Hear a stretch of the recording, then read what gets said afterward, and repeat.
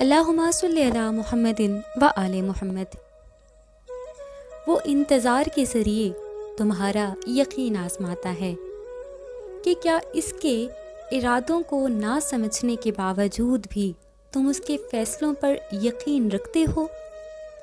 کیا پھر بھی تم محبت سے اس کے آگے اپنا دامن پھیلائے رکھتے ہو؟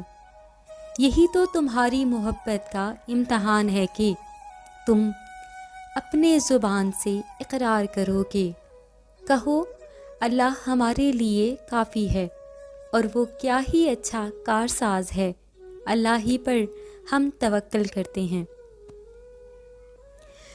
جس نے 6 دنوں میں آسمان اور زمین اور ان میں موجود ہر چیز بنا ڈالی، کیا اس کے لیے تمہارے دعا پر کن کہنا مشکل ہے؟ کیا وہ اس چیز کو دینے پر قدرت نہیں رکھتا جس کے لیے تم التجا کرتے ہو؟ کیا جو گہری تاریک رات کو روشن صبح میں بدل دیتا ہے، اس کے لیے ممکن نہیں کہ وہ تمہیں ان دکھوں اور تکلیفوں سے نکال کر راحتیں عطا کرے؟ جب وہ ہر شے پر قادر ہے تو پھر تم اس پر کامل یقین کیوں نہیں رکھ پاتے؟ تو پھر تم دعا مانگنے کے بعد قبول نہ ہونے کے وسوسوں میں کیوں کھو جاتے ہو؟ کیوں بھول جاتے ہو کہ جس سے مانگ رہے ہو وہ معجزوں کا بادشاہ ہے؟ جو کام تمہارے لیے ہزاروں صدیوں کے برابر ہے، وہ کام بس اس کے ایک کن کی بات ہے۔ ممکن ناممکن، مشکل آسان، حاصل لا حاصل، تم دیکھتے ہو وہ تو بس اشارہ کرتا ہے اور سالوں کی بکھری چیزیں پل میں سمیٹ جایا کرتی ہیں۔ بس اس کے راضی ہونے کی دیر ہے، پھر ساری کھوئی ہوئی چیزیں پلک جھپکتے ہی واپس لوٹ آیا کرتی ہیں۔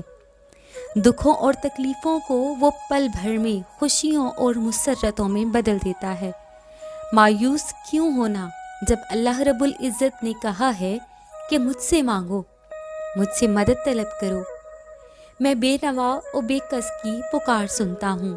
جب وہ مجھے پکارے تو پھر سچے دل سے اسے پکارو، دعا کے لیے ہاتھ اٹھاؤ، اس یقین کے ساتھ کہ اس کا وعدہ ہے کہ وہ اپنے بندے کو تنہا نہیں چھوڑتا